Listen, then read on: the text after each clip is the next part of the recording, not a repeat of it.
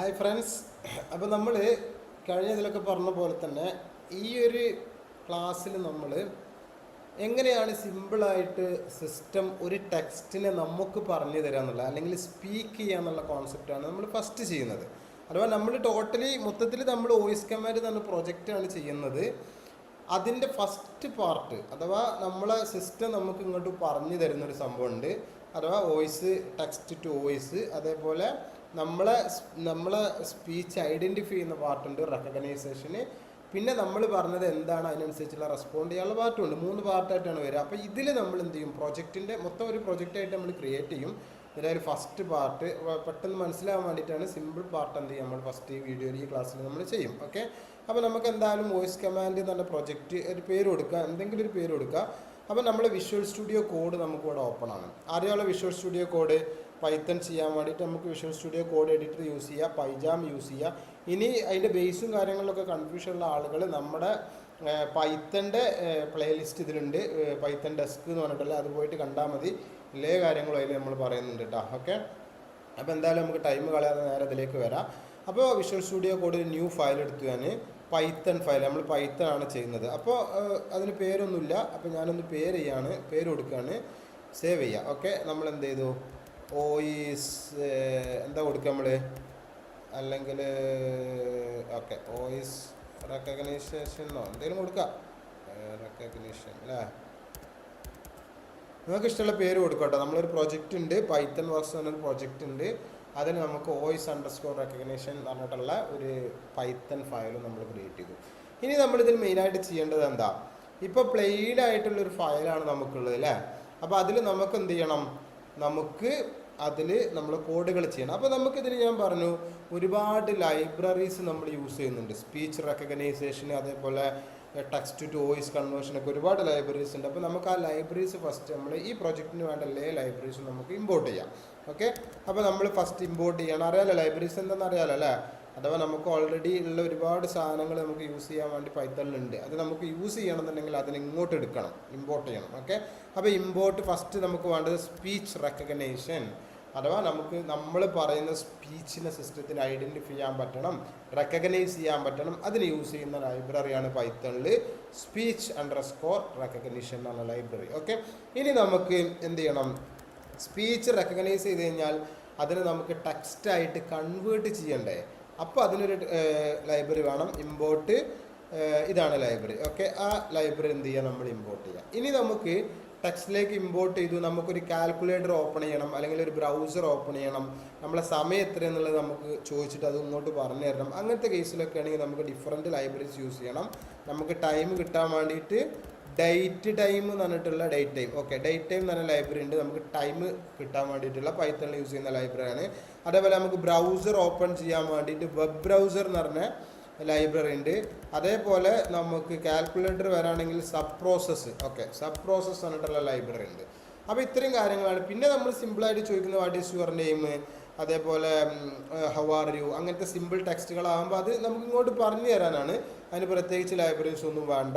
Print എന്ന് പറഞ്ഞ function use ചെയ്തിട്ട് സ്പീക്ക് എന്ന് പറഞ്ഞിട്ടുള്ള നമ്മൾ ഉണ്ടാക്കുന്ന ഫംഗ്ഷൻ യൂസ് ചെയ്തിട്ട് നമുക്ക് എന്ത് ചെയ്യാം, അത് ചെയ്യാൻ പറ്റും. ഓക്കെ, അപ്പോൾ ഇത്രയാണ് നമ്മുടെ ലൈബ്രറീസ്. നമ്മൾ ഈ പ്രൊജക്റ്റിനുള്ള വോയിസ് കമാൻഡ് അല്ലെങ്കിൽ വോയിസ് റെക്കഗ്നൈസേഷൻ എന്തും പറയാം, നമുക്ക് വോയിസ് അസിസ്റ്റൻറ്റ് എന്തും പറയാം, അതിന് വേണ്ടിയുള്ള ലൈബ്രറീസ് ഒക്കെ എത്രയാണ്. ഇനി നമ്മൾ ഇതിൻ്റെ സ്റ്റാർട്ട് ചെയ്യണം. അപ്പോൾ നമുക്ക് സ്റ്റാർട്ട് ചെയ്യാൻ ഫസ്റ്റ് എന്താ വേണ്ടത്, നമുക്ക് ടെക്സ്റ്റിനെ നമുക്ക് സ്പീക്ക് ചെയ്യണം അല്ലേ. അപ്പോൾ നമുക്ക് സ്പീക്ക് ചെയ്യാൻ വേണ്ടിയിട്ട് നമ്മൾ യൂസ് ചെയ്യുന്ന ലൈബ്രറിയാണ് ഈ രണ്ടാമത്തെ ലൈബ്രറി, ഇതാ ഈ സാധനം. ഓക്കെ, അപ്പോൾ അതിനെ നമ്മൾ ഇനീഷ്യലൈസ് ചെയ്യണം, എൻജിൻ എന്നൊക്കെ പറയാം. അതിനെ നമ്മൾ ഇനീഷ്യലൈസ് ചെയ്യുക, ആ ഒരു സംഭവത്തിൽ നമ്മൾ ഇനീഷ്യലൈസ് ചെയ്യുക. അപ്പോൾ നമ്മൾ എന്ത് ചെയ്തു, എൻജിൻ ഈക്വൽ ടു നമ്മൾ എന്ത് ചെയ്തു, നമ്മൾ ആ ലൈബ്രറിനെ ആക്സസ് ചെയ്യാണ് ഡോട്ട് ഇനിറ്റ്. ഇനിറ്റ് എന്ന് പറഞ്ഞാൽ എന്താ, ഇനീഷ്യലൈസേഷൻ. നമുക്ക് ഇപ്പോൾ എക്സാമ്പിൾ പറയുകയാണെങ്കിൽ ഒരാളൊരു ജോബ് ചെയ്യാൻ, ഇപ്പോൾ നമ്മളൊരാളെ വർക്കിന് വിളിച്ചു, ഒരു മതിലിൻ്റെ പണിയുണ്ട്, നമ്മൾ വർക്കിന് വിളിച്ചു. അപ്പോൾ അവർ നോർമലി വരുമ്പോൾ എന്താണ്, നല്ല ഡ്രസ്സും കാര്യങ്ങളൊക്കെ ഇട്ടിട്ടാണ് അവർ വരിക അല്ലേ. വർക്ക് സ്റ്റാർട്ട് ചെയ്യുന്നതിന് മുന്നേ അവർ നല്ല ഡ്രസ്സൊക്കെ മാറ്റിയിട്ട് അവരെ വർക്ക് ചെയ്യുമ്പോൾ ഇടുന്ന ഡ്രസ്സ് ഇട്ടിട്ടാണ് തുടങ്ങുക അല്ലേ. അപ്പോൾ ഒരു ഇനീഷ്യൽ കാര്യങ്ങൾ, വർക്ക് തുടങ്ങുന്നതിന് മുമ്പ് കുറച്ച് കാര്യങ്ങൾ അവർ ചെയ്യണം, ടൂൾസ് റെഡിയാക്കണം, അങ്ങനത്തെ കാര്യങ്ങളൊക്കെ ഒന്ന് റെഡിയാക്കണം. അതേപോലെ നമ്മളെ ലൈബ്രറിക്കും അതിൻ്റെ ഇനീഷ്യലൈസേഷനും കാര്യങ്ങളൊക്കെ ഒന്ന് ചെയ്യുക. പണിയിലേക്ക് വരികയാണ്, വർക്കിലേക്ക് വരികയാണ്. അപ്പോൾ അതിൻ്റെ ഇനീഷ്യലൈസ് ചെയ്യുക. അതാണ് നമ്മൾ ഏതൊരു ലൈബ്രറിൻ്റെയും ഇനീഷ്യലൈസേഷൻ എന്ന് പറഞ്ഞാൽ കേട്ടോ. ഓക്കെ, അതിൻ്റെ മെമ്മറി അലോക്കേഷൻ ഉണ്ടാവുക, ഒബ്ജക്റ്റിന് മെമ്മറി അലോട്ട് ചെയ്യുന്ന കാര്യങ്ങൾ ഉണ്ടാവുക, ഒക്കെ ടെക്നിക്കൽ സൈഡാണ്. നിങ്ങൾ അതിലേക്കൊന്നും പോകണ്ട, ഇനീഷ്യലൈസ് ചെയ്യണം എന്നുള്ള കാര്യങ്ങൾ എന്ത് ചെയ്യുക, മനസ്സിലാക്കുക. ഇനി നമ്മൾ ചെയ്യേണ്ടത് എന്താ, ഒരു ടെക്സ്റ്റ് നമുക്ക് കിട്ടിക്കഴിഞ്ഞാൽ അതിനെ നമുക്ക് സ്പീക്ക് ചെയ്യണം, അതിനൊരു ഫംഗ്ഷൻ ക്രിയേറ്റ് ചെയ്യണം. What is function? ഫംഗ്ഷൻ എന്ന് പറഞ്ഞാൽ എന്താ, ഒരു ജോബ് ചെയ്യുന്ന ഒരു സെറ്റ് ഓഫ് കോഡിനെയാണ് ഫംഗ്ഷൻ എന്ന് പറയാം. ഒരു ജോബ്, ഇപ്പോൾ എക്സാമ്പിൾ നമ്മളൊരാൾക്ക് ഒരു മെയിൽ സെൻഡ് ചെയ്യണം. അപ്പോൾ ആ മെയിൽ സെൻഡ് ചെയ്യാൻ സെൻഡ് മെയിൽ എന്ന് പറഞ്ഞിട്ടുള്ളൊരു ഫംഗ്ഷൻ ഉണ്ടാക്കുക. അപ്പോൾ നമ്മൾ അതിൽ ഫ്രം മെയിലും ആരിൽ നിന്ന് എന്നുള്ളത് ആരിലേക്ക് എന്നുള്ള മെയിൽ ഐ ഡിയും കൊടുത്താൽ ഫ്രമും ടൂവും കൊടുത്തു കഴിഞ്ഞാൽ, പിന്നെ കണ്ടൻറ്റും സബ്ജക്റ്റും കാര്യങ്ങളൊക്കെ കൊടുത്തു കഴിഞ്ഞാൽ ആ ടൂലേക്ക് എന്ത് ചെയ്യും, മെയിൽ സെൻഡ് ചെയ്യുക. അപ്പോൾ മെയിൽ സെൻഡ് ചെയ്യാൻ വേണ്ടിയിട്ട് മാത്രം നമുക്കൊരു ഫംഗ്ഷൻ ക്രിയേറ്റ് ചെയ്യാം. അങ്ങനെ നമ്മളിവിടെ ചെയ്യാൻ പോകുന്നത് എന്താ, സ്പീക്ക് ചെയ്യാൻ വേണ്ടിയിട്ട് നമ്മളൊരു ഫംഗ്ഷൻ ഉണ്ടാക്കുകയാണ്. അപ്പോൾ നമുക്കിവിടെ ശ്രദ്ധിക്കേണ്ട കാര്യം എന്ന് പറഞ്ഞാൽ പൈത്തണിൽ ഒരു ഫംഗ്ഷൻ ക്രിയേറ്റ് ചെയ്യാൻ ഡെഫ് എന്ന് പറഞ്ഞ കീവേഡാണ്. ഡെഫിനിഷൻ, ഫംഗ്ഷൻ ഡെഫിനിഷൻ എന്നൊക്കെ പറയാം. അപ്പോൾ ഡെഫ് സ്പേസ് സ്പീക്ക് എന്ന് പറഞ്ഞ ഫംഗ്ഷൻ നെയിം, പിന്നെ കോളൻ. പൈത്തണിൻ്റെ സിൻറ്റാക്സുകൾ കറക്റ്റ് പഠിക്കണം കേട്ടോ. നമ്മളെ പൈത്തൺ ഡെസ്കിൽ ഉണ്ടാവും, പോയിട്ട് നോക്കുക. അല്ലെങ്കിൽ നിങ്ങൾ ഇൻ്റർനെറ്റിലൊക്കെ സെർച്ച് ചെയ്തിട്ട് നോക്കിയാലും മതി. ഓക്കെ, ഇനി നമുക്ക് എന്ത് ചെയ്യാന്ന് വെച്ചാൽ നമുക്ക് ജസ്റ്റ് ഒരു സംഭവം സ്പീക്ക് ചെയ്ത് നോക്കട്ടെ. എൻജിനാണല്ലോ നമ്മളത്, എൻജിൻ ഡോട്ട് സെ, സ്പീക്ക് അല്ല, എൻജിൻ ഡോട്ട് സെ.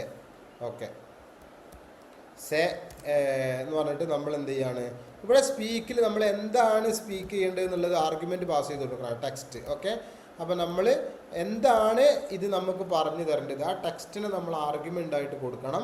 അപ്പോൾ ആ ടെക്സ്റ്റ് നമുക്ക് സേ എന്ന് പറഞ്ഞ ഫംഗ്ഷൻ യൂസ് ചെയ്തുകൊണ്ട് കൊടുക്കുക. പിന്നെ എൻജിനെ നമ്മൾ എന്ത് ചെയ്യണം, ഒന്ന് റൺ ചെയ്യിക്കണം. അത് കോൺഫിഗർ ചെയ്താൽ മാത്രം പോരാ, എൻജിൻ സ്പെല്ലിംഗ് മിസ്റ്റേക്ക് നോക്കണം കേട്ടോ. റൺ ആൻഡ് വെയിറ്റ്, റൺ ചെയ്യണം. റൺ ചെയ്തിട്ട് അത് പറയുന്നത് വരെ നമ്മൾ എന്ത് ചെയ്യുക, വെയിറ്റ് ചെയ്യുക. അപ്പോൾ ഇത്രയാണ് നമ്മുടെ എന്ത് സ്പീക്ക് ചെയ്യാനുള്ള ഫങ്ഷൻ. വളരെ സിമ്പിളല്ലേ. ഇനി നമുക്കിതൊന്ന് എക്സിക്യൂട്ട് ചെയ്ത് നോക്കട്ടെ. ഇനി നമുക്കിതൊന്ന് റൺ ചെയ്ത് നോക്കാം. ഒന്നുമില്ല, നമ്മൾ ഭയങ്കര കോംപ്ലിക്കേറ്റഡ് ആയിട്ട് ചിന്തിക്കുന്നതുകൊണ്ടുള്ള പ്രശ്നമാണ്.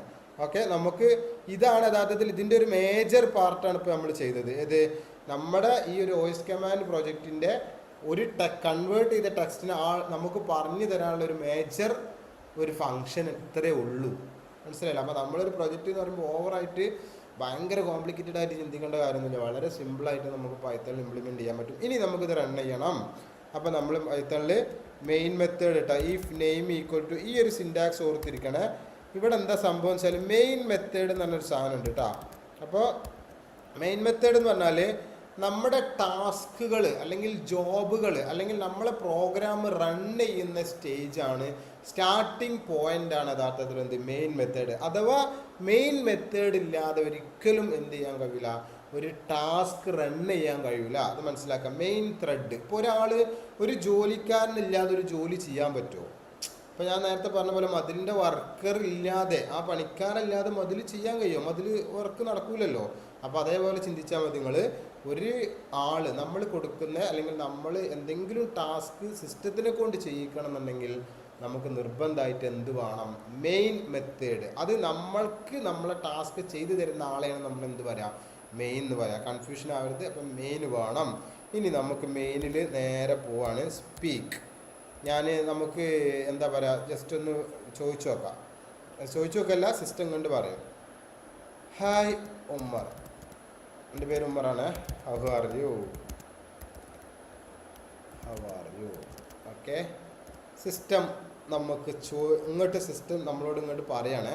അപ്പോൾ നമുക്ക് എന്ത് ചെയ്യാം, ഒന്ന് ചെക്ക് ചെയ്ത് നോക്കാം ഇതെന്താണ് നടക്കുന്നതെന്ന് ചെക്ക് ചെയ്ത് നോക്കാം. ഓക്കെ, അപ്പോൾ നമുക്ക് റൺ ചെയ്യണ്ടേ. അപ്പോൾ ഇവിടെ താഴെ ഉണ്ട് കേട്ടോ, അതുണ്ടോ റൺ ചെയ്യാനുള്ള ടെർമിനലുണ്ട്.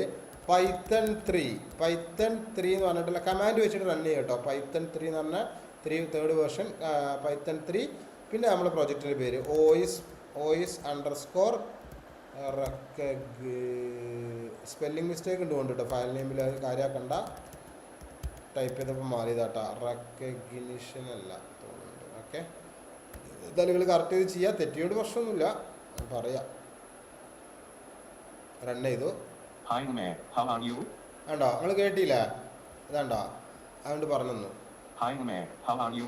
ഓക്കെ, ഇതാണ് സിമ്പിളായിട്ട് സിസ്റ്റം നമ്മളോടൊരു വോയിസ് സ്പീക്ക് ചെയ്യാനുള്ള ഫങ്ഷൻ. ഓക്കെ, അപ്പോൾ എന്തായാലും നമ്മുടെ ഈ ഒരു വോയിസ് കമാൻഡ് എന്ന് പറഞ്ഞ പ്രോജക്റ്റിലെ ഫസ്റ്റ് പാർട്ട് നമ്മൾ കംപ്ലീറ്റ് ചെയ്തു.